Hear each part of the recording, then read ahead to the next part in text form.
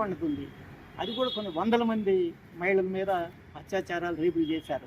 ఎవరు కూడా బయటికి రాలేదు, చెప్పలేదు. రాజకీయ నాయకులు గనక, వాళ్ళకి అధికారాలు ఉన్నాయి గనక, వాళ్ళ వెనక ప్రభుత్వ యంత్రాంగం ఉంది గనక ముందుకు రాలేదు.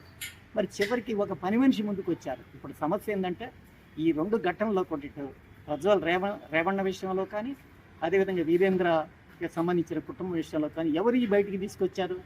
ఒక దళితుడైనటువంటి శానిటరీ వర్కర్ ఇలా బయటకు వచ్చి 11 ఏళ్ళు తలదాచుకుని పక్కకెళ్ళి కూడా ఆత్మసాక్షిగా నేను చెప్పాలా, నిజాలు బయట పెట్టాలి, ఆయన ఉన్న దేవుడి నమ్మకంతో నాకేదో దైవ కోరికలు వచ్చినాయి, కళలు వచ్చినాయి, నాకు భయం వేస్తుంది, నన్ను ఏదో ఎంటాడుతుంది, నా ఆత్మ క్షోభిస్తుంది అని ఏ ఆధ్యాత్మిక భావంతో చెప్పినా వాళ్ళకి నిజాన్ని బయట పెట్టడానికి సిద్ధపడ్డాడు. అదేవిధంగా మరి ప్రజ్వల్ రేవణ్ణ విషయంలో కూడా ఒక పని మనిషి బయటకు వచ్చింది. వాస్తవానికి ఆ రేవణ్ణ చేతుల్లో అనేక మంది మధ్యతరగతి వాళ్ళు, ఉన్నత తరగతికి చెందిన మహిళలు కూడా దెబ్బతిని వాళ్ళు బయటికి గౌరవంతో ఆత్మగౌరవం కోసం బయటికి పేరు రాకూడదని, మేము ఆయన చేతుల్లో రేపుకి చేయబడ్డామని చెప్పి ఎక్కడ పేరు వస్తుందో కంప్లైంట్ ఇవ్వకుండా, గుర్తుచప్పుడు కాకుండా దిగమింగారు. కానీ ఎవరు బయట పెట్టారు? ఒక ఆర్డినరీ ఇంట్లో పని మనిషి బయట పెట్టింది.